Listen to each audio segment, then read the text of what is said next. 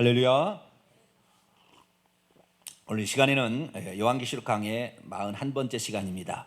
새 예루살렘 성과 새 하늘과 새 땅의 모습이란 제목으로 함께 말씀의 은혜를 나누기로 합니다. 요한계시록의 결론 부분에 도달했습니다. 요한계시록 결론은 요한계시록 21장 1절에서 22장 5절까지 새 하늘과 새 땅, 그리고 새 하늘과 새 땅의 중심인 새 예루살렘 성, 새 예루살렘 성의 한 중간에 있는 하나님의 한 개의 보좌, 이것이 바로 새 하늘과 새 땅 그리고 새 예루살렘 성의 가장 중요한 부분입니다. 이것을 묘사해 주고 있는 것이 요한계시록 21장 1절에서 22장 5절까지 말씀이고, 마지막 인사가 22장 6절에서 21절까지 말씀으로 끝나게 됩니다. 그래서 우리가 지난 시간에는 새 하늘과 새 땅이 어떤 곳인가, 그 다음에 거기에 들어가는 성도가 어떤 성도들이 들어가는가를 중심으로 살펴보았다고 한다면, 오늘 시간에는 새 예루살렘 성의 모습이 어떻고, 그리고 새 예루살렘 성의 한 중앙에 있는 하나님의 보좌에서 흘러나오는 그 생명물, 생명의 물이, 생명수가 강을 이루고 강 좌우에 또 이렇게 생명 나무가 있는데 달마다 12번의 실과를 맺게 되는 그 생명강, 하나님 보좌에서 비롯된 생명강의 모습을 우리가 이제 살펴봄으로써 하나님의 속성이 어떠한 것이고, 그리고 우리가 천국에 들어가기에 합당한 사람이 되려면 어떤 모습이 필요한 것인가, 이 부분에 대해서 함께 우리가 말씀을 살펴보기로 합니다. 천국은 크게 두 부분으로 되어 있어요. 새 하늘과 새 땅은 크게 두 부분으로 되어 있는데, 하나는 이미 갖춰져 있는 부분이 있고 갖춰 나가는 부분이 있습니다. 갖춰져 있는 부분은 천국의 중심인 새 예루살렘 성, 다시 말해서 뉴 예루살렘 시티라고 이끌어지는 새 예루살렘 도시는 이미 갖춰져 있었어요. 거기는 하나님이 이미 갖춰져 있었고, 그 다음에 이 새 예루살렘 성 밖에 이제 천국이 있지 않습니까? 산도 있고 강도 있고 유리바다도 있어 흘러나가는 이 그 밖에 있는, 그것은 성도들이 이 땅에서 예수 그리스도를 믿고 어린 양의 생명책에 이름이 기록될 때부터 집이 지어집니다. 그 많은 사람이 착각하는 게 한 가지가 있는데, 우리는 예수 그리스도를 믿는 사람이 구원받아서 천국에 들어가면 새 예루살렘 성 안에 산다고 하는데, 새 예루살렘 성 안은 하나님의 집이지 우리의 집이 아니에요. 우리의 집이 거기 있지 않아요. 아시겠죠? 네? 새 예루살렘 성을 출입할 수 있는 권한이 주어지는 거예요. 그러는 거지, 새 예루살렘 성 안에서 우리가 사는 게 아닙니다. 새 예루살렘 성은 순전히 하나님, 꼭 우리가 과거의 그 성막과 성전을 비교한다면 지성소에 해당되는 바로 그 부분이에요. 네? 우리는 그 지성소에 살지 않아요. 우리는 성 밖에 뜰에 사는 거죠. 쉽게 말해서 이 예루살렘 시티, 이 도시 밖에 우리가 주거할 집이 생겨지는데, 예수 그리스도를 믿고 회개했을 때, 그래서 거듭나서 하나님의 생명이 들어가게 되면 그때부터 생명책에 이름이 기록이 되고, 생명책, 어린 양의 생명책에 기록된 자들을 위하여 그들이 하는 행위대로 하나님께서 천사를 시켜서 그것을 하늘에 보고함으로 말미암아 천국의 집을 짓는 거지요. 그래서 천국의 집은 우리가 어떻게 행하느냐에 따라서 지어지는 것이지 예루살렘 성 안에 존재하는 게 아닙니다. 아시겠죠? 네. 그걸 많은 사람이 착각한다. 새 예루살렘 성 안에 들어가, 물론 들어가는 것은 우리가 들어가는 게겠지만, 그 출입은 가능하지만 거기서 사는 것은 아니에요. 어떤 사람이 그래요. 새 예루살렘 성이 천국이다 이렇게 얘기하니까, 새 예루살렘 성에 어떻게 인류가 다 들어가느냐 이렇게 걱정하는 사람이 있어요. 걱정하들들 마세요. 거기서 사는 거 아니다고요. 네. 살려면 좀 공간이 있어야 될 거 아니에요? 나만 몸뚱아리만 딱 들어가면 되겠어요? 숨도 못 쉬지. 네. 근데 새 예루살렘 성도 얼마나 큰지 좀 이따 얘기해 드리겠어요. 얼마나 큰지 온 인류가 다 들어가도 충분히 남을 만큼 커요. 그러니까 너무 걱정할 필요 없고, 근데 거기서 사는 건 아니에요. 거기에 출입한다. 아시겠죠? 네, 출입한다는 것을 우선 알아야 되고요. 그러면 이 천국의 모습을 제가 좀 입체적으로 좀 설명을 먼저 해드리고 그다음에 본문을 보게 되면 이해가 잘 될 겁니다. 천국은 이 사람이 살고 있는 이 지구가 하나님 보시기에는 제일 먼 곳입니다. 왜냐하면 이 지구의 한 복판에 지옥이 있어요. 이 지구 땅 속에 마그마가 하와이에서 지금 막 화산이 폭발하면서 막 마그마가 올라오는데 그 음부라는 곳이 마그마인데 그 마그마 안쪽에 지옥이 지금 있는 거예요. 음부가 있는 거예요. 거기에 사람이 죽은 영혼들이 깨끗함을 받지 못하고 죽은 영혼들이 거기에 지금 들어가 있어요. 그리고 이미 예수 그리스도께서 구속을 이루신 후에 죽은 모든 성도들은 즉시 부활체를 입고 천국에 이미 들어가서 1000년 동안 왕노를 하고 있습니다. 아시겠죠? 그런데 어떻게 천국을 가냐? 그러면은요, 우리의 영혼이 천국을 간다 그러면은 내 영혼이 내 영혼만 갈 수 있잖아요. 지금은 내 영혼이 빠져나가면 지구 위로 올라옵니다. 지구 위로. 아시겠죠? 지구 위로 올라오는 거예요. 지구가 보이는 거예요. 초록색에 빛나는 생명체가 있는 지구가 보이는 거예요. 그래서 급속도로 어둠이 있고 많은 별들이 있는데 그걸 뚫고 초강속으로 날아가는 거예요. 날아가게 되면 하나님이 계신 그 셋째 하늘이 나오는 거예요. 그래서 이 새들이 날아가는 하늘을 스카이, 첫째 하늘이라고 그러고, 그 다음에 이 별들이 있는 검은 우주 공간, 여기를 둘째 하늘, 스페이스라고 그러고, 그 다음에 하나님이 계신 그 하늘을 헤븐, 셋째 하늘이라고 그러는 거예요. 사도 바울이 어디를 갔다 왔어요? 셋째 하늘에 갔다 왔다. 어디를 갔다 온 거예요? 천국을 갔다 왔다 온 거죠. 아시겠죠? 그래서 이 셋째 하늘을 가는데 셋째 하늘에 거기 들어가면 거기에 천국이 있는 거예요. 천국이 여기처럼 똑같이 산도 있고 강도 있고 새도 있고 동물도 있고 나비도 있고 풀도 있고 다 있는 그런 천국이 있는데 그 천국의 한 중심이 뭐예요? 새 예루살렘 도시다라는 것입니다. 예루살렘 도시인데 이 땅에 있는 것과는 새가 질적으로 다른 새예요. 새로우니. 그래서 질적으로 다른 그런 새 예루살렘. 예루살렘이라는 게 뜻이 뭡니까? 평화의 도시라는 뜻 아닙니까? 그래서 평화의 도시인 그곳이 거기에 있는 거예요. 그래서 그 도시가 거기에 있는데 이 도시는 이 성막으로 치자고 한다면 지성소에 해당되는 하나님이 계시는 장소예요. 그러니까 이 예루살렘 성 안에 성전이 있어요, 없어요? 없어요. 성전이 없어요. 하나님이 성전이에요. 하나님이. 왜? 하나님이 계시는 곳이 그 지성소잖아요. 그래서 하나님이 계시니까 따로 성전이 존재하지 않는 겁니다. 그래서 거기에는 그 예루살렘 시티가 있는데 이 시티가 가로 세로 높이가 똑같아요. 정방의 입체형입니다. 입방형의 이런 그 도시로 되어 있습니다. 우리는 도시가 그냥 땅 위에 이렇게 돼 있잖아요. 그리고 좀 빌딩이 올라갔다 내려갔다 그렇게 도시가 돼 있다 한다면 이 도시는 그런 게 아니고 가로 세로 높이가 똑같이 12,000 스타디온입니다. 이 천국은 숫자가 전부 12로 통일되어 있어요. 천국은 12는 뭐예요? 하늘에서 완전수고 7은 이 땅에서 완전수다. 그래서 이 땅의 교회는 몇 개 교회요? 7개 교회고 이 심판도 7인 7대접 7나파 7대접 전부 7로 나오는 거예요. 이 땅의 완전수는 7이지만 천국은 12입니다. 그래서 이 천국의 이 뉴 예루살렘 시티의 가로 세로가 12,000 스타디온이에요. 킬로미터로 계산한다면 2,400km입니다. 얼마라고요? 여기서 부산까지가 얼마나 되죠? 600 정도 되죠? 600 되나요? 600 안 될걸요? 600이나 되나요? 400 얼마밖에 안 될 거예요. 600까지는 안 될 겁니다. 여기서 서울에서 부산까지의 거리에 600이라고 칩시다. 600이라고 친다면 6, 4, 24, 4배고요. 2,400km를 도시가 2,400km인 거예요. 2,400km. 어마어마하죠? 가로 세로가 2,400km인데 거기 안에서만 만약에 사람이 거주한다면은 천국의 백성이 못 거주할 거예요. 거기서 거주한 장소가 아니라 거기에서 들어가서 하나님을 만나고 하나님을 예배하는 장소입니다. 따라서 해봅시다. 새 예루살렘 성은 하나님을 만나고 예배하는 장소다. 사는 장소라고요? 아니고 이 성 밖에 따로 있다 이 말이에요.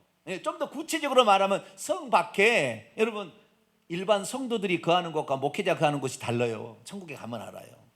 목회자가 아무나 하는 게 아니에요. 목회자가 들어갈 수도 천국에 들어가기도 너무 하늘의 별따기지만 그러나 들어가게 되면 영광스러운 거예요, 대단히. 예. 근데 거기에서 이 새 예루살렘 성이 있는데 12,000 스타디온의 높이도 이렇게 되니까 2,400km까지 이렇게 여기에 공간에 사람이 들어가는 거예요. 그러니까 가로, 세로, 높이가 2,400km, 2,400km니까 얼마나 크겠어요. 여기에는 온 인류의 구원받은 모든 성도가 들어가기도 남음이죠. 특별히 10이라는 숫자는 하늘의 완전수를 뜻하기 때문에 실제적인 크기도 있을 모르겠지만 실제적인 12 곱하기 1000입니다. 1000이라는 건 많은 숫자를 상징하잖아요. 그래서 12 완전수의 곱하기 1000의 12,000이니까 얼마나 다 들어가는 겁니다. 할렐루야. 그래서 천국에 들어오는 모든 성도들이 다 들어가서 한꺼번에 예배할 수 있는 장소가 바로 어디다?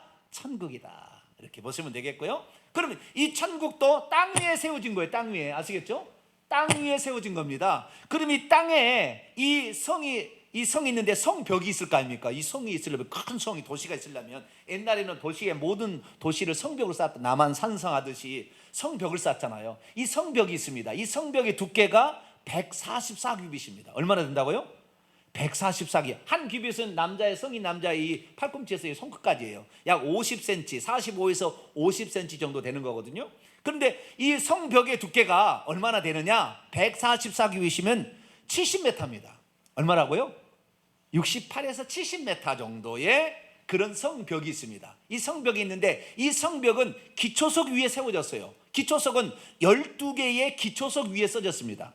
12개의 기초석을 바탕으로 세워졌는데 네모 반듯합니다. 그래서 동서남북으로 되어 있는데 이 12기초석이 각 한 방향마다 동서남북에 3개씩 있습니다. 기초석이. 그래서 12개 기초석 위에 성벽이 서 있는데 12개의 기초석은 보석으로 되어 있어요. 12개의 보석으로 되어 있어요. 어마어마한 큰, 여기는 뭡니까? 무슨 벽옥, 남보석, 무슨 옥수, 녹보석, 이런 홍만호수, 훅만은 자수정, 이런 이 보석으로 이렇게 그 기초석이 되어 있고, 이 기초석 위에 성벽이 서 있는데 이 성벽은 벽옥입니다. 벽옥.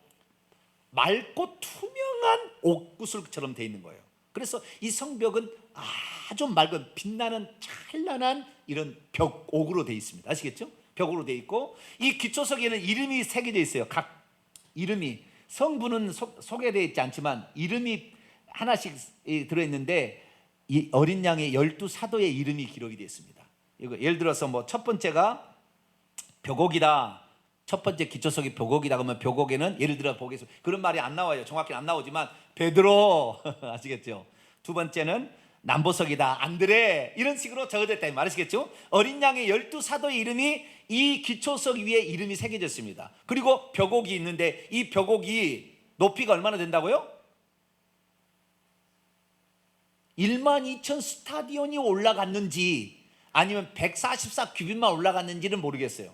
근데 제 생각할 때는 12,000 스타디온 올라가지는 않은 것 같고 70m 정도 그냥 이렇게 구획만 정해진 것이 아닌가 싶어요. 제 생각은 그렇습니다. 어쨌든 그것이 성벽의 두께가 144규빗은 맞는데 성벽의 높이가 얼마나 정도 나오지는 않았어요. 근데 아마 그럴 가능성이 많아요. 어쨌든 성벽이 이렇게 이제 있고요. 그런데 이 성에 문들이 있습니다. 이 벽에, 이 벽 있지 않습니까?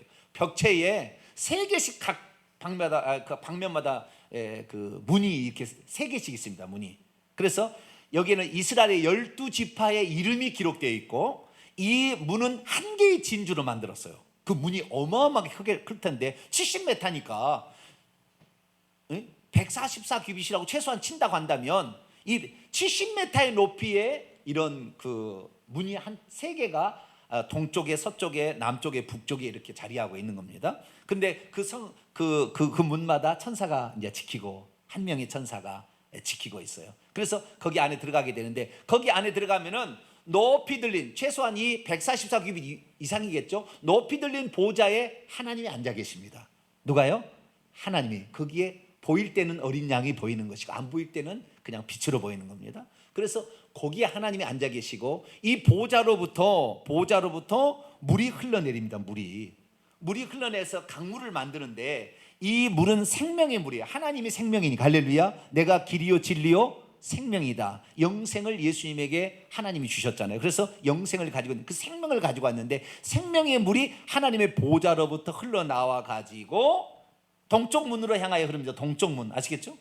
동서남북 문이 있을 때 동쪽 문을 향하여 이렇게 이 물이 이렇게 흘러나옵니다. 근데 이 물이 흘러나오는 이 강을 중심으로 좌우에 길이 있습니다. 이 길을 정금길이라고 합니다. 무슨 길? 정금으로 되어 있는, 빛나는, 정금으로 되어 있는, 불순물이 하나도 없는 그 정금길이 양쪽에 있습니다. 이 하나님 보좌로부터 이게 물이 흘러나와서 강을 만드는데, 이 강을 생명강이라고 이름을 부르고, 그 다음에 이 좌우에 생명나무들이 질비해 있습니다. 자라고 있는데 달마다 실과를 맺혀요. 달마다. 이 생명나무의 실과가 모양새가 어떻게 생겼냐면은, 어떻게 생겼을 것 같아요? 우리나라 사람들은 무릉도원에 있다고 하고 천도복숭아가 있다, 이렇게 이제 우리나라 사람은 그림을 그렸어요, 옛날에 사람들이. 근데 천국에 직접 갔다 온 사람들의 얘기를 들어보게 되면 사과 모양이랍니다. 사과 모양, 빨간 사과 있죠? 그런 사과 모양이에요. 그 생명과가 열리는데 이 매달마다 한 번씩 열려요. 거기는 이모작 삼모장이 되나 봐요. 그래가지고 거기는 이 생명과일역에 열리게 되고 잎사귀들이 있습니다. 이게 이제 천국에 있어서의 대략적인 그림입니다. 그리고 하나님 보좌가 있는데 이 보좌에 그 약간 떠 있는 거죠. 보좌가 떠 있는데 이 보좌 떠 있는 이 어떤 그 입체적인 이 보좌 떠 있는 곳에 동서남북 방향에 네 생명체가 있습니다. 네 생명체가, 송아지, 사자, 송아지, 사람, 그 다음에 독수리. 이 송아지 대신에는 그룹이 또 나오기도 합니다. 그룹이라고 나오는데 에스겔서에 보면 그렇게 나와요. 그래서 이 네 가지 형상에 이 네 가지 생명체가 있는데, 이 생명체는 천사라고 불러야 되죠. 천사처럼 생겼는데 천사라고 불러야 되는데 천사는 아니에요.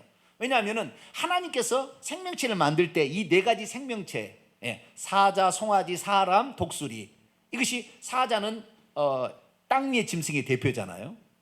그렇죠? 땅 위의 그 육식동물의 대표고요. 송아지는 초식동물의 대표잖아요. 그 다음에 사람은 인류의 그 인간, 그 영혼을 지닌 인간의 대표고, 독수리는 하늘에 날아가는 짐승의 대표잖아요. 그래서 이것을 바탕으로 이 동물 생명체를 만들었으라고 추정이 됩니다. 그래서 하나님께서는 원형의 존재를 네 생명체를 네 생물이라고 성경에 나옵니다. 네 생물이 있고, 그리고 그 다음에 이 하나님의 보좌의 양옆으로부터 뒤에까지, 양옆부터 뒤에까지, 앞에는 비었어요. 동쪽에는 생명기가 흐르는 것은 비어 있고요. 이렇게 해서 24개의 보좌가, 12개 보좌가 하나님의 보좌 오른쪽 왼쪽에서부터 뒤로 이렇게 딱 놓여 있어요. 거기에 24장로가 앉아 있습니다. 24장로는 신구약 성경에 구원받은 하나님의 백성들의 대표입니다. 구약으로 친다면 거기에는 뭐 노아나 또는 다니엘이나 이사야나 이런 사람들, 거기에 다윗이나 이런 사람들이 앉았겠죠. 신약은 베드로, 안드레, 야고보 이런 사람들 앉았겠죠. 그렇게 해서 이 24보좌에 그 사람들이 앉아 있는데, 이 사람들이 24장로라고 이렇게 일컬어지는 것이고, 그 뒤에 천만 천사의 천사들이 하늘에서 하나님을 경호하듯이 흰옷을 입고 이 하나님을 모셔 서서 명령하면 바로 듣고 하나님을 기쁘게 찬양하는데, 거기에 찬양 소리는 인간이 낼 수 없는 화음을 나옵니다. 그러니까 그 찬송 한 번만 들어도 그냥 그 기쁨과 행복은 그냥 오늘 죽어도 여한이 없다, 이 정도로 아름다운 청아한, 멀리 울려 펴지는 듯한 이런 소리가 여기 나는데, 상상을 초월한 아름다운 찬양의 목소리. 여러분, 천국에 가면은 찬양을 하게 될 텐데, 찬양을 잘하면 천국에서 앞자리 세워줄 줄 몰라요. 그러니까 찬양할 때 열심히 하세요. 그리고 천만 천사가 있고요. 그리고 하나님께서 어떤 중요한 순간에 예배를 드리거나, 언제 예배를 드린다는 말은 없어요, 천국에는. 그런데 예배를 드리게 될 때는 모든 성도들이 거기에 와요. 살고 있다가 집에 꼭 일반 성도들의 집은 어떻게 되냐면은 로마, 그리스의 대저택처럼 생겼어요. 일반 성도들의 집은 1층, 2층, 3층 이렇게 되게 로마의 대저택, 고딕 양식의 그런 집도 많이 있고요. 어쨌든 그런 데 살고 있다가 예배를 드릴 때 또는 하나님이 호출할 때 전부 성도가 거기 오는 거예요. 그러니까 12,400km에 그 걸쳐서 성도들이 와서 하나님을 예배하는 거예요. 예배하는 거예요. 그리고 하나님께서 신방도 합니다. 그래서 예수님께서 직접 이제 각 가정에 가서 신방하는, 이런 신방은 많지는 않다고 그래요. 그런데 어쨌든 천국에서도 예수님이 직접 가서 신방할 때 있어요. 어떤 특별한 일이 있을 때, 예를 들어서 이 땅에 우리가 구원받을 사람이 있는데 천국에 이미 구원받은 사람이 있잖아요. 가족이 있는 사람은 네가 더 기도해라, 지금 무슨 일이다 라고 주님께서 가르쳐 줄 때, 그때는 신방할 때도 있다고 그래요. 그래서 천국에는 좌우지간 그렇게 구조로 되어 있다라는 것을 보시고, 자, 그러면 구체적으로 이제 그 천국의 상황을 묘사를 좀 들어가도록 합니다. 자, 우선 하나님의 보좌부터 보도록 하죠. 자, 요한계시록 4장을 보도록 하겠습니다. 요한계시록 4장. 자, 예루살렘 성 안에 사람이 들어가 산다고요? 그 속으면 안 돼요. 그런 말이 없어요. 아시겠죠? 좀 이따 얘기할 겁니다. 거기에 출입할 뿐이에요. 아시겠죠? 예배하러 출입할 뿐이지 거기 사는 거 아닙니다. 우리가 사는 것은 천국이 얼마나 넓은지, 천국은 상상할 수 없는 끝없는 곳이에요. 그러니까 천국에 10,000원이어서 나는 못 들어간다 그런 사람이 있더라고. 걱정 허덜덜 마세요. 예루살렘 성 안에 사는 게 아니라 성 밖에 산다 이 말이에요. 번역을 잘못해가지고 오해를 사게끔 만들었다고 해요. 다 헬라 원문이 그렇게 안 나왔는데, 이것도 다음 주간에 또 살펴보도록 합니다. 자, 4장 2절부터 보겠습니다. 2절부터 보겠습니다. 6절까지 한번 읽어봅니다. 시작. 내가 곧 성령에 감동되었더니 보라, 하늘에 보좌를 베풀었고 그 보좌에 앉으신 이가 있는데 앉으신 이의 모양이 벽옥과 홍보석 같고 또 무지개가 있어 보좌에 둘렀는데 그 모양이 녹보석 같더라. 또 보좌에 둘려 24보좌들이 있고 그 보좌들 위에 24장로들이 흰옷을 입고 머리에 금관을 쓰고 앉았더라. 보좌로부터 번개 음성과 우레소리가 나고 보좌 앞에 켠 등불 7이 있으니 이는 하나님의 7영이라. 보좌 앞에 수정과 같이 맑은 유리 바닷가가 있고 보좌 가운데와 보좌 주위에 4생물이 있는데 앞뒤에 눈들이 가득하더라. 7절에 보니까 그 생물의 모양을 보니까 사자 같고 송아지 같고 사람 같고 독수리 같고 날개는 6날개를 가지면서 8절에 찬양을 하는데, 찬양이 있습니다. 시작. 거룩하다 거룩하다 거룩하다 주 하나님 곧 전능하신 이여 전에도 계시고 기존에 계시고 장차 오실리라 하고. 아멘. 조금 더 구체적으로 나갑니다. 하나님의 보좌. 하나님의 보좌가 높이 들린 하나님의 보좌가 있어요. 자, 이사야 6장을 봅니다. 높이 들려 있다는 거 이사야가 보고 왔어요. 이사야 6장.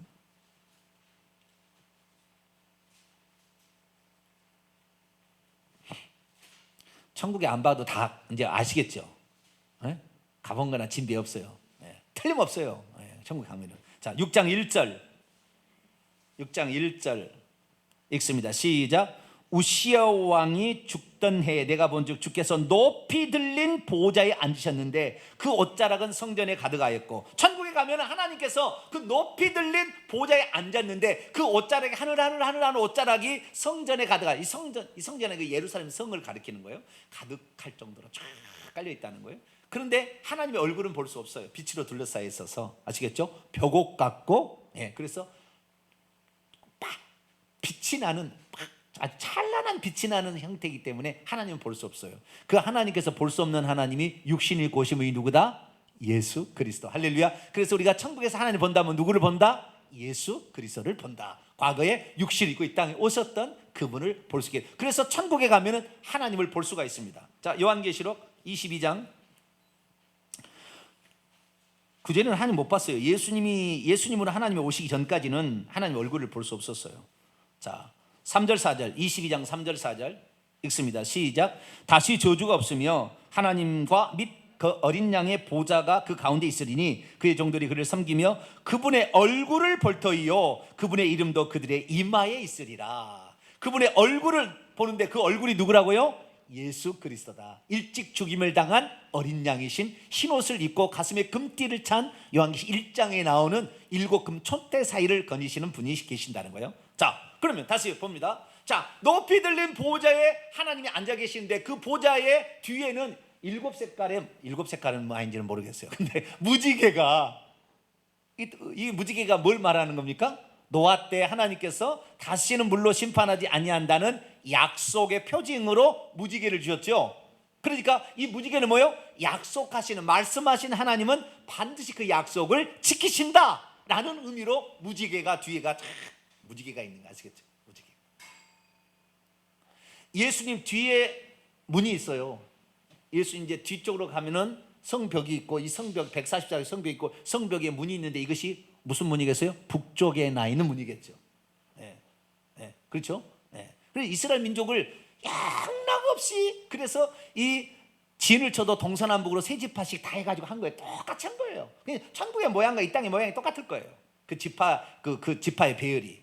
예? 어디 지파라고 요한계시 구체적으로 나오지 않지만 이미 이 진을 치는 민수기 읽어보면 똑같을 거예요 아마. 왜? 하나님이 보여준 대로 모세가 그렇게 했을 거니까.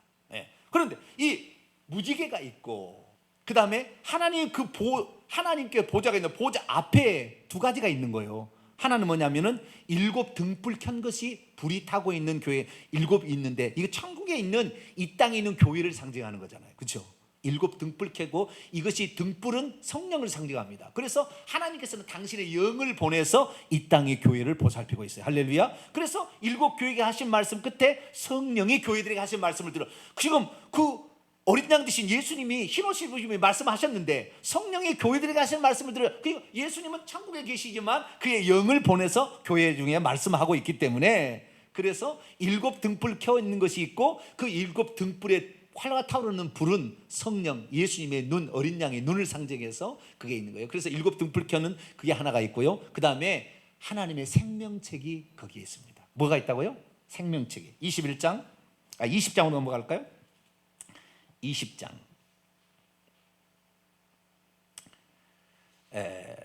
11절 11절에서 12절까지 읽습니다. 시작. 또 내가 크고 흰 보좌와 그에 앉으신 이를 보니 땅과 하늘이 그 앞에서 피하여 간데 없더라. 또 내가 보니 죽은 자들이 큰 자나 작은 자나 그 보좌 앞에 서 있는데 책들이 펴 있고 또 다른 책이 펴졌으니 곧 생명책이라. 죽은 자들이 자기 행위에 따라 책들에 기록된 대로 심판을 받으니. 그 책이 있어요. 금으로 쓰여 있는 책이 있습니다. 그 글자가 쓰여 있는데 글자는 히브리어 비슷하다고 합니다. 천국의 글자인데, 자, 어디가 거기에 이름이 기록이 되어야 천국에 가는 거예요. 언제 기록이 되느냐? 예수 그리스도를 믿고 회개하려고 해서 하나님의 생명이 그 안에 성령으로 들어가는 순간 기록이 되는 거예요. 그래서 이것이 지워져 버리면 안 돼. 요한계시록 3장 5절은 지워지면, 진짜는 지워져 버린다고 했다 이 말이에요. 지워져 버리면 지옥 가는 거예요. 언제요? 그 사람이 죽는 날 지워지는 겁니다. 죽을 때까지는 안 지워져요. 한번 예수 믿는 사람은 죽을 때까지는 그래도 구원의 기회가 있어요.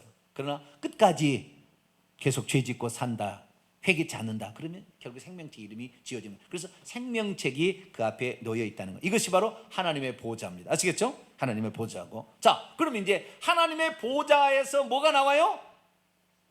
물이 흘러나온, 이게 무슨 물? 생명물이다. 자, 22장으로 넘어갑니다. 22장 1절에서 2절까지 말씀을 읽습니다. 시작. 또 그가 수정같이 맑은 생명의 물의 강을 내게 보이니 하나님과 및 어린 양의 보좌로부터 나와서 길 가운데로 흐르더라. 강 좌우에 생명나무가 있어 12가지 열매를 맺되 달마다 그 열매를 맺고 그 나무 잎사귀들은 만국을 치료하게. 여기에 치료한다니까 무슨 병이 있나라고 생각하는데, 앞에서 병이 있다고 했어요? 없다고 했어요? 아픈 것이 있다고 했어요? 없다고 했어요? 자, 다시 21장으로 넘어가 봅시다. 21장 4절. 새하늘과 새 땅, 천국에는 병이 없어요. 아픈 게 없습니다. 자, 읽습니다. 시작. 모든 눈물을 그들의 눈에서 닦아주시니 다시는 사망이 없고 애통하는 것이나 곡하는 것이나 아픈 것이 다시 있지 아니하여 처음 것들이 다 지나갔음이로라. 여기에 치료한다는 말은 테라퓨오라고 씁니다. 여러분 테라피라고 막 들어보죠. 테라피, 어디 그 치료하는 데 가면 테라피라는 말을 써요. 테라퓨오, 이 헬라에서 온 겁니다. 테라퓨오, 치료하다는 것인데, 이 테라퓨라는 테라피나 어떤 테라퓨오 관계된 얘기를 쓰는 것은 대부분 병을 치료할 때는 그렇게 쓰는 것이 아니고, 어떤 향기, 어떤 향수를 가지고 기분 전환을 싹 해줄 때 테라퓨오라는 말을 많이 씁니다. 이해가 안 되시나? 막 수술을 하고 막 아파가지고 막 약을 주고 그런 게 아니라 기분 좋게 해가지고 그 어떤 그 정신 세계나 어떤 마음의 세계를 기분 좋게 만들 때 테라피 이렇게 쓴다니까요. 예. 왜냐하면은 이 테라피라는 말이 그냥 치료한다는 의미가 아니고 그 상태를 아주 기분 좋게 해주는 거라는 거예요. 아시겠죠? 예. 그러니까 아파서 잎사귀가 필요한 게 아닙니다. 그리고 이 테라피오라는 말이 두 가지 뜻이 있는데, 하나는 이 치료한다, 기분 좋게 한다는 것도 있지만, 또 하나는 섬긴다, 봉사한다도 있어요. 그래서 그 잎사귀들이 섬긴다는 거니까 그늘을 만들어서 쉬게 할지도 있어요. 그래서 여러 가지 의미가 있지만 좌우지간 아픈 것은 없어요. 그러니까 병들어서 치유한 것은 아니고 어떤 그 상태를 기분 좋게 만들어주는 어떤 그런 효과를 있다라는 것입니다. 내가 늘 얘기합니다만 여기서 주의할 사항은 보좌가 한 개의 보좌라는 거죠. 그 보좌가 하나님과 어린 양의 보좌. 그래서 보좌가 단수이기 때문에 곧 어린 양이 그 보좌에 앉아 계시기 때문에 이것이 바로 하나님의 보좌이면서 어린 양의 보좌입니다. 그러면 어떻게 해서 어린 양이 거기 앉게 되어 있느냐? 자, 2장으로 넘어갑니다. 요한계시록 2장. 2장이 아니라 3장 넘어갑시다. 3장 21절입니다. 21절 읽습니다. 시작. 이기는 그에게는 내가 내 보좌에 함께 앉게 하여 주기를 내가 이기고 아버지의 보좌에 함께 앉은 것 같이 하리라. 이건 비유적인 표현인데요, 예수님께서 이기고 아버지의 보좌에 앉았어요. 그러니까 어린 양이 이 땅에 하나님이 사람이 되어 오셔가지고 십자가상에서 다 이루었다라고 하심으로 이 땅의 구속사역을 하나도 남김없이 완성하심으로 이기는 자의 칭호를 얻어서 예수님도 하나님 보좌에 앉은 것처럼, 보좌에 앉았다는 말은 통치한다는 말이에요. 아시겠죠? 예? 그 보좌에 앉아서 뭐 하는 거예요? 통치하고 다스리는 거예요. 우리가 천국에 들어가서 천사를 통치하고 다스리려면 이기는 자가 돼야 되는 것인데, 죄를 이기시게 되기를 축원합니다. 마귀하고 귀신들을 이겨야 돼요. 죄된 육신을 이겨야 된다 이 말이에요. 죄된 육체를 첫 복종시켜야 돼. 예배 안 나가려고 하면 어떻게 해요? 얼굴 한 대씩 때려줘. 어디 가려고 지금 네가 그러냐 그러고 한 대씩 때려주면서 정신을 차리게 해야 된단 말이에요. 그리고 영혼을 위한 우리의 시간을 가져야 되는 거죠. 그래서 예수님도 그렇게 그 보좌에 앉아 계신 어린 양의 보좌, 동일한 보좌다. 그래서 하나님께서는 우리의 보시도록 하기 위해서 영원한 어린 양으로서, 이 어린 양은 비유입니다. 아시겠죠? 자, 5장 넘어갑니다. 요한계시록 5장 6절입니다. 읽습니다. 시작. 내가 또 보니 보좌와 네 생물과 장로들 사이에 한 어린 양이 서 있는데 일찍이 죽임을 당한 것 같더라. 그에게 7뿔과 7눈이 있으니 이 눈들은 온 땅에 보내심을 받은 하나님의 7영이라. 이 7뿔과 7눈이 있으면 괴물인가요? 정상인가요? 쉽게 말해서, 자, 7영, 7뿔, 7눈, 7등불은 다 이 세상에 우리를 위한 거예요. 천국을 위한 게 아니라고요. 어린 양은 누구를 위한 거라고요? 인간을 구원하기 위한 하나님의 계획이에요. 다 7은 이 땅의 완전수잖아요. 뿔은 권세를 말하고요, 눈은 감찰하는 거예요. 모든 것을 감찰하시는 거예요. 그래서 이 예수님의 이 모습을, 어린 양의 모습을 7눈들, 7뿔들, 7영들 이렇게 얘기한 것은 전부 이 땅에 있는 이 사람들의 인생을 구원하기 위해서 하나님이 하신다는 거예요. 할렐루야. 그러니까 하나님이 우리를 위해서 이렇게 낮아지시고 인간이 되어 오셨다는 것을 우리 영원토록 찬양해요. 할렐루야. 7이라는 숫자가 천국에 필요 없다 이 말이에요. 그런데도 7이라는 숫자를 만드신 거예요. 우리를 위하여, 우리를 구원하려고, 일찍 죽임을 당한 속죄양이 되시려고 하나님이 그렇게 선택하신 거죠. 그래서 우리는 영원토록 그 어린 양의 상징입니다. 그래서 길이라 7이라는 것도, 그래서 이 땅에 우리 주님이 통치하시고 권세를 가지시고, 그 다음에 우리를 위하여 모든 일것을 감탈해서 어려울 때 우리를 도와주시고, 할렐루야, 다 해주신다는 것을 믿으시게 되기를 바랍니다. 자, 그래서 이 어린 양의 보좌 있는데, 보좌에는 누가 앉아요? 어린 양 대신 예수 그리스도께서 거기에 앉아 계시고, 그래서 이 보좌는 하나님의 보좌인과 동시에 어린 양의 보좌다라고 표현한다는 것. 그래서 한 분 하나님이라는 것을 정확히 믿어야 되는데, 어떻게 해요? 우리가 오늘도 주기도문 주기도문 사도신경을 암송할 때 하나님 아버지 보좌 우편에 앉아 계시다가, 어디 앉아 계시다가? 보좌 우편에 앉아 계시다가, 보좌가 보좌 우편에 또 보좌가 있는 것처럼 우리가 이렇게, 이게 다 그게 아닌데, 이 상징적인 표현을, 이것을 실제 있는 것으로 착각하게끔 지금 사도신경이 돼 있어요. 이 사도신경을 바꿔야 돼요. 왜냐하면 하나님을 두 분으로 만들잖아요. 보좌에 앉아 계신 아버지 하나님, 오른편에 아들 하나님, 왼편에 성령 하나님, 세 분으로 만든다 이 말이에요. 하나님, 천국에는 성령님이라고 따로 존재하지 않아요. 하나님 영이지 그냥. 이 땅에서도 한 번이라도 이 성령님에 대해서, 성령님이 있을 때 이 성령님을 섬기라는 말이 있어요? 성경에 단 한 말도 그런 말 없어요. 성령은 하나님이 당신의 영을 보내서, 예수님의 눈이에요. 하나님이 당신의 일을 하시는 그 하나님의 또 다른 자기 자신을 말하는 거니까 성령을 섬기라고 하지 않는다 이 말이에요. 예수님을 섬기라, 아버지를 섬기라는 말이 있어도 성령을 섬기라는 말이 없어요. 성령을 믿으라는 말도 없어요. 성령을 믿으라는 말도 없어요. 왜? 당신이 하나님인데 그걸 믿으라는 말은, 예수님을 믿으라, 아버지를 믿으라는 말이 있으라, 성령을 믿으라는 말이 없어요. 그러니까 오늘날 우리가 세 분 하나님을 만드라는 게 얼마나 어리석은 말이었는지. 이러니까 세 분 하나님이니까 순교를 안 한다니까요. 고난을 한 분 하나님이 딱 믿어지게 되면 내가 저 천국에 가서 우리 주 예수 그리스도처럼 이기는 자가 되어서 천국에서 나도 보좌를 차려 왕노하리라, 그런 마음이 들면 순교 현장에 나오면 할렐루야가 될 텐데, 이 하나님을 이렇게 막 쪼개놔가지고 문제가 있어요. 물론 이 땅에 오셨을 때는 아들 하나님이 나타나는 것은 분명하죠. 그러나 이것을 천국에서는 한 분 하나님이라는 사실을 우리가 알면 되겠고요. 자, 그러면 이제 누가 또 거기에 있느냐? 자, 요한계시록 5장을 다시 넘어옵니다.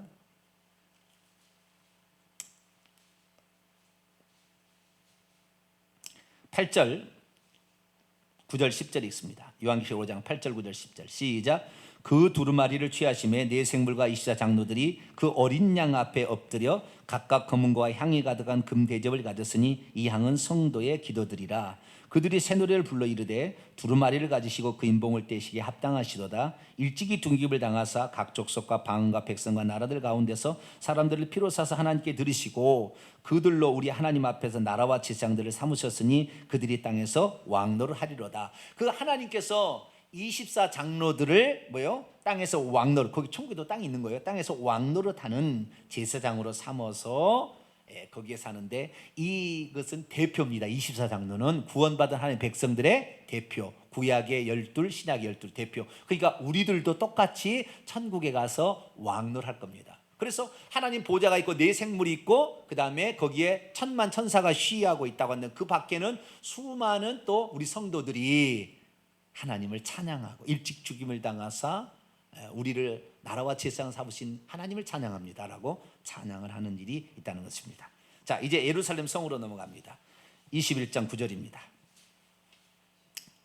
21장 9절. 하나님 보좌와 그 다음에 거기에 흘러내리는 생명강에 대해서 이제 다 배웠습니다. 이제 예루살렘 성이 어떤 것인가, 성의 모습을 살펴봅니다. 9절. 7 대접을 가지고 마지막 7 재앙을 담았던 7 천사들 중에 하나가 나와서 내게 말하 이르되 이리 오라, 내가 신부 곧 어린 양의 아내를 내게 보여줄 것이다, 이렇게 했다는 거예요. 뭘 보여줘요? 신부 어린 양의 아내를 보여준다라고 보여줬는데 10절 읽습니다. 시작. 성령으로 나를 데리고 크고 높은 산으로 올라가 하나님께로부터 하늘에서 내려오는 거룩한 성 예루살렘을 보이니, 이거 말 때문에 착각해가지고 사람들이 신부 어린 양이 하는 거룩한 성 예루살렘이다 이렇게 표현하는데, 물질이 어린 양이 신부가 될 수 없어요. 어떤 물질이, 도시가 어린 양이 신부가 아니고 도시에 예배하러 온 사람들, 아시겠죠? 그 사람들이 어린 양의 신부고 아내인 것입니다. 할렐루야. 이미 예수 그리스도를 믿을 때 이미 우리는 정혼을 했기 때문에 아내가 된 것이고, 그 다음에 실제로 예수님이 우리가 천국에 가서 그분을 만날 때는 신부로 이제 참여하게 되는 거니까 이미 이 땅에서부터 우리는 어린 양의 아내인 거예요. 아시겠죠? 아내고 실제로 만나서 신부가 되는 겁니다. 그래서 거기에 이 예루살렘 성 안에 출입하는 예배하러 오는 성도들을 일컬어서 신부 어린 양의 아내라고 그런 것이지 예루살렘 성 자체를 말하는 게 아니다 이 말이에요.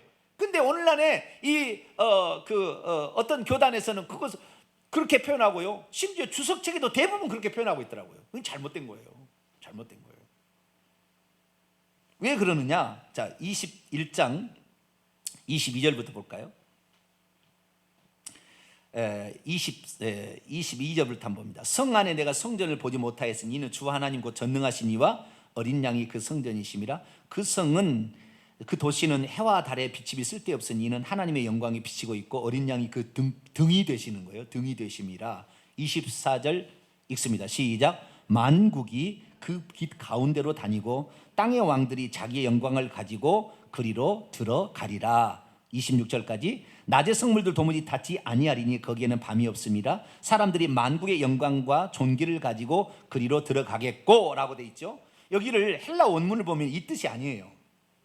헬라 원문을 직역해 보면 그 뜻이 아니에요. 제가 여러분에게 카톡에 보내드렸죠.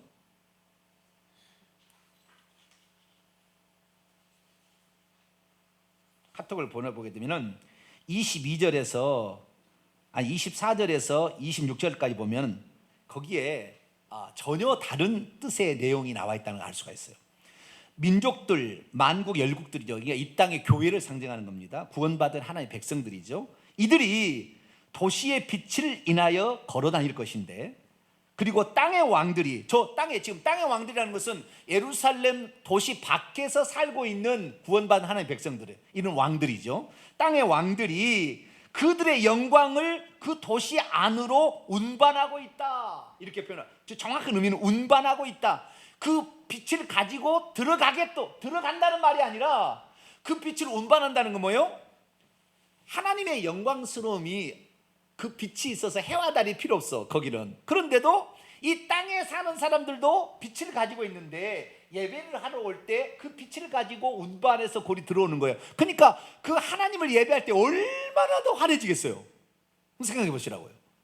그래서 우리가 이 땅에서 그 영광스러움의 정도를 고린도서 15장에 사도 바울이 말하기를 해의 영광이 있고 달의 영광이 있고 별의 영광이 있는데 별과 별의 영광도 차이가 있더라 라고 얘기하므로, 우리가 그 영광은 이 땅에서 얼마나 주님을 위해서 살아갔느냐, 헌신했느냐에 따라서 그 영광의 차이가 있는 거예요.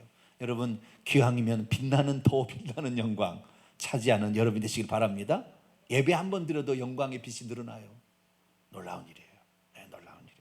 네. 그래서 여기에 예루살렘 성 안에 들어가는 이 만국 땅의 왕들이 어린 양의 신부지, 예루살렘 도시 자체가 신부가 아닌 거예요. 예루살렘 그 도시는 하나님의 집이라니까요. 하나님을 모시고 있는 하나님의 성전이요, 하나님의 집이지, 여기는 우리가 들어가 살 집이 아닙니다. 우리의 집은 성 밖에 따로 있다 이 말이에요. 그 흘러나오는 그 생명강이 나중에는 뭐가 됩니까? 유리 바다가 되는 거예요. 성 밖으로 나와서 뭐가 돼요?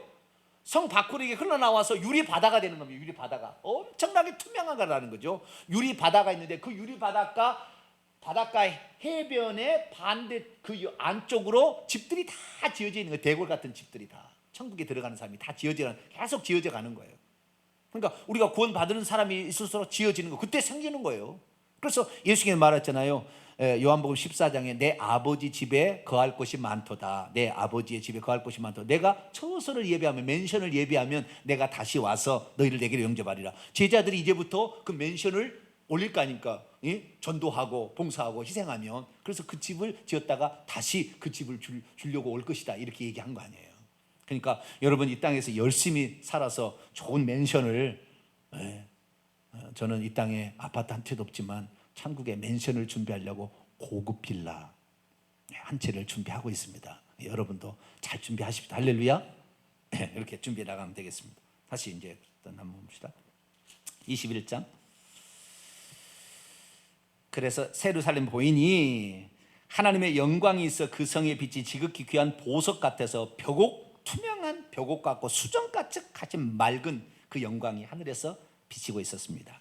12절, 크고 높은 성벽이 있는데 성벽에 12문들이 있습니다. 이 성벽은 144규빗이라겠죠. 12문들이 있는데 문에는 12천사가 지키고 있었고 그 문들 위에는 이스라엘 12지파의 이름이 기록되어 있는데 동쪽에 3개, 북쪽에 3개, 남쪽에 3개, 서쪽에 3개가 있습니다. 그 성의 성벽 위에는 성벽에는 12기초석을 가지고 있습니다. 그러니까 이 성벽 위에 있는 게 아니라 12기초석 위에 성벽이 서 있는데 그것들 위에는 어린 양의 12사도의 12이름들이 기록되어 있습니다. 아까 얘기한 것처럼요. 내게 말하는 그 천사가 그 성과 그 진주 문들과 성벽을 측량하려고 금 갈대자를 갖고 왔어요. 그 성은 네모가 반듯했는데 입방체라는 거죠. 길이와 넓이가 같았습니다. 길이와 넓이가, 높이도 같다고 나와요. 나중에는 좀 이따가.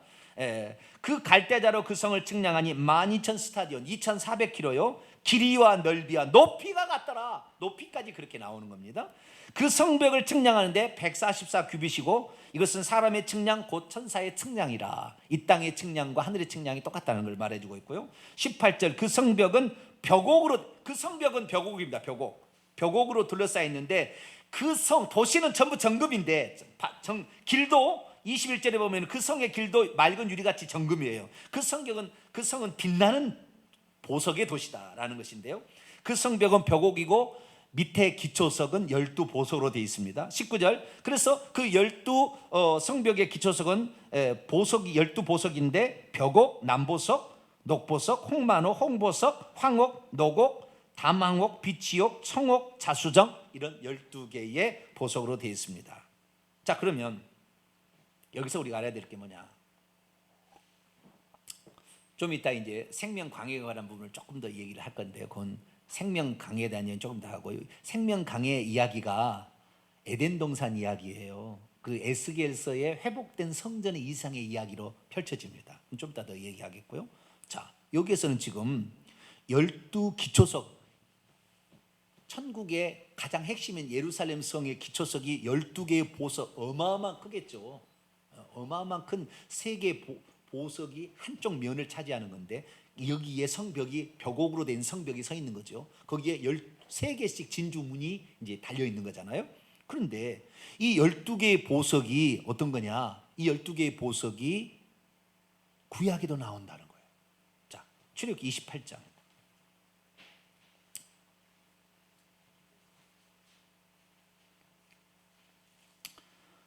대제사장에 얻는 에봇이라고 있어요. 에봇. 일반 제사장은 흰 옷만 입는데 에봇이 있습니다. 여러 가지 청색, 자색, 홍색 실로 짜고 많은 에봇이 있는데, 그 에봇의 가슴에다가 판결 흉패를 만들었어요. 12개의 보석인데 4줄로 이렇게 물렸고요. 3개씩 해서 4줄로 물렸는데, 여기에 판결 흉패라고 있습니다. 여기 안에 우림과 둠밈이 있어서 꺼낼 때 흰색 돌과 검은색 돌이 나와서 죄를 판정할 때 썼습니다. 그런데 여기에 12개 흉패가 있는데, 흉패에 보석이 물려 있는 거죠. 28장 15절부터 판결 흉패가 있는데, 그 판결 흉패의 17절부터니까 첫 줄은 홍보석, 황옥, 녹주옥 3개 한 줄, 둘째 줄은 석류석, 낭보석, 홍만호, 셋째 줄은 호박, 백만호, 자수정, 넷째 줄은 녹보석, 호만옥, 병옥, 이것이 있습니다. 그런데 여기서 녹보석과 벽옥은 하나님의 보좌의 색깔을 말하는 것이었고, 홍보석은 무지개에 있는 그 색깔을 말하는 거였잖아요. 그러니까 전부 하나님의 어떤 속성들이 이 판결 흉패에 들어가 있는데, 이 판결 흉패는 누가 찬다고요? 대제사장이 차고 있는 거예요. 대제사장이. 그런데 놀라운 사실은 에스겔서 28장을 봅시다. 에스겔 28장. 기가 막힌 사실이 나와요.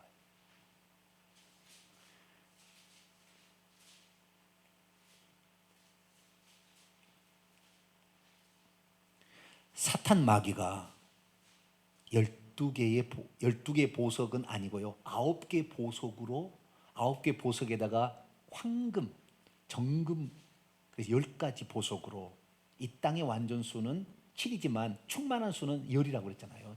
10개 보석으로 가슴에 차고 있어요. 자, 보세요. 자, 에스겔 28장 12절로 13절을 읽습니다. 시작. 인자야, 두로 왕을 위하여 슬픈 노래를 지어 그에게 이르기를, 주 여호와의 말씀에 너는 완전한 도장이었고 지혜가 충족하며 온전히 아름다웠도다.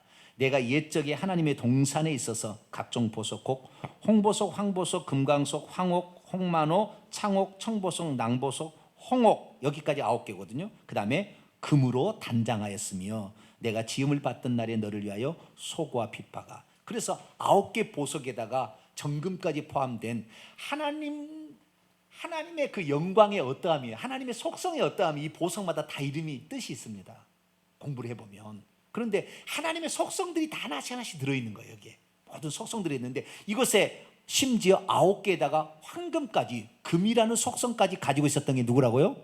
사탄 마귀 루시퍼예요. 그가 타락했으니 그 지혜가 얼마나 뛰어났으면 아담을 이겨버렸을까요? 예수님이나 되니까 3번 유혹에도 안 넘어갔지. 마귀가 이런 놈입니다.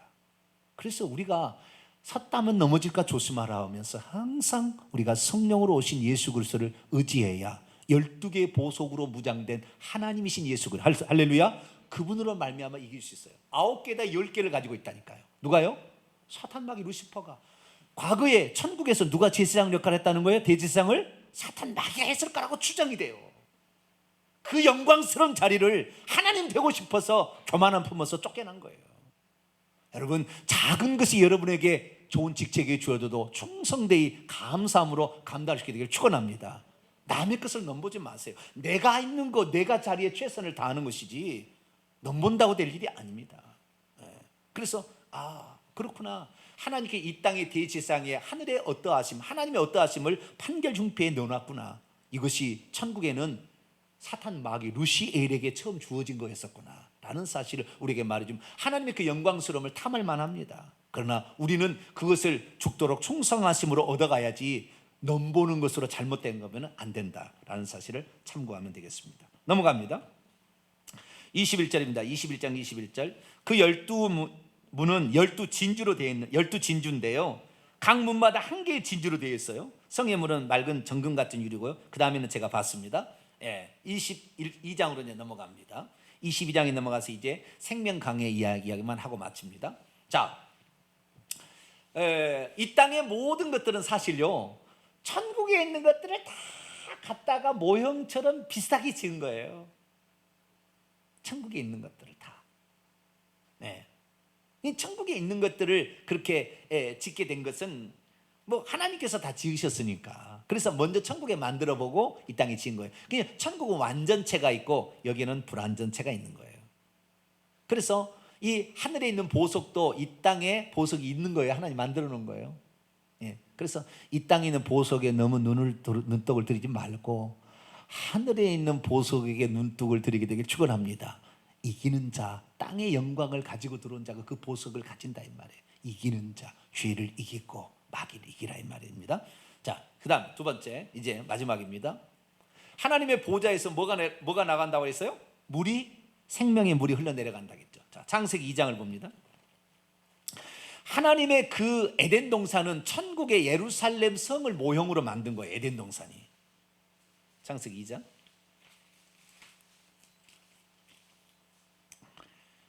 창세기 2장 10절.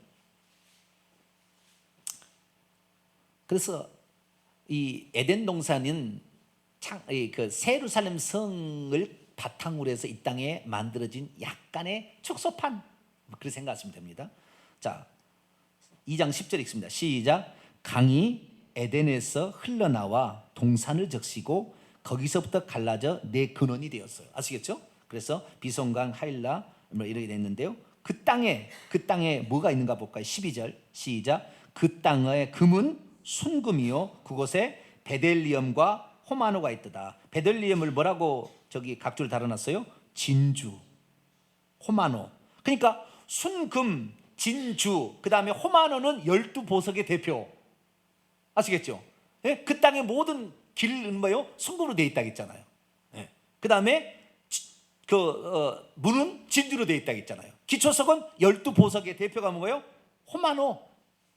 그래서 이 축소판입니다. 여기 에덴 동산. 그래서 에덴 동산에 물이 흘러가서 이제 사람들에게 생명을 줍니다. 거기 아시겠죠? 생명을 주는 이 모양이 그대로 있는데 바로 이 모양이 천국에 있는 예루살렘 성의 모양을 가지고 축소해서 만들었다. 그런데 이 에덴 동산을 타락하자 하나님이 치워버리고 천국에 갖고 버렸어요. 없어졌어요. 이 땅에 없어졌어요. 흔적만 남아있을 뿐입니다. 자, 에스겔 47장 이제 진짜 마지막입니다. 에스겔이 지난 주일에 우리가 공부를 좀 했잖아요. 2차 포로로 바벨론에 잡혀갔다가 잡혀가기 전에 예루살렘 너희들 우상숭배 멸망한다 경고했다가 이제 멸망해버렸어요. 그래가지고 1년 뒤에 쓴 게 이제 33장부터 이게 썼다고 그랬잖아요. 에스겔서 47장을 볼까요?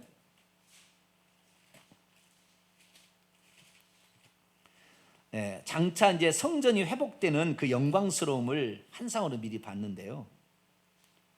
에스겔 47장에 거기도 똑같은 비슷한 장면이 나와요. 에스겔에서 보면은 네 생물의 모양도 나오고요.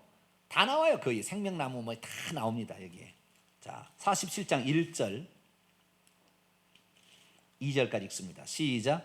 그가 나를 데리고 성전 문에 이르시니 성전 앞면이 동쪽을 향하였는데 그 문지방 밑에서 물이 나와 동쪽으로 흐르다가 성전 오른쪽 제단 남쪽으로 흘러내리더라. 그가 또 나를 데리고 북문으로 나가서 바깥 길로 꺾여 동쪽을 향한 바깥문에 이르시기로 본즉 물이 그 오른쪽에서 스며 나오더라. 꼭 하나님의 성전에서 물이 흘러나와서 하나님의 보좌에서 물이 흘러나와서 생명강이 되고 그다음에 유리바다가 되잖아요. 유리바닷가 근처에 사람이 이제 집을 짓고 이제 살잖아요. 그렇듯이 똑같이 이 회복되는 환상에도 그 성전의 문으로부터 성전 문으로부터 동쪽에 예수님 유다 지파가 있어요. 동유이스예요. 동유이스. 유다, 이사갈, 스불론 지파가 동유이스. 동쪽에 세 지파인데 그쪽에 동쪽의 핵심이 유다 지파예요. 그래서 유다 지파의 후손으로 예수님이 오셔요. 그래서 그 동쪽으로부터 물이 흘러나 예수님으로부터 생명을 흘러나 누구든지 목마르거든 내게로 와서 마시라. 나를 믿는 자는 그 배에서 생수의 강이 흘러 나오리라. 내가 하나님이야. 내가 하나님. 나로부터 생명의 물이 흘러나가는 거야. 그래서 요한계시 22장에 가면 돈 없는 자도 물 없는 자도 다 오라. 이사야 55장 나오는 말씀처럼 똑같이 생수를 마시러 오시라 그런다는 거예요. 자, 계시록 22장 봅니다. 그것을 값없이 준다는 게 너무 감사해요. 이것을 값없이 준다는 게. 돈 내고 가더라. 1억 내야지. 헌금 1억 바치고 생명수 받아. 그럼 어떻게 하겠어요? 이단들이 다 그렇게 했어요. 내가 어린 양이다.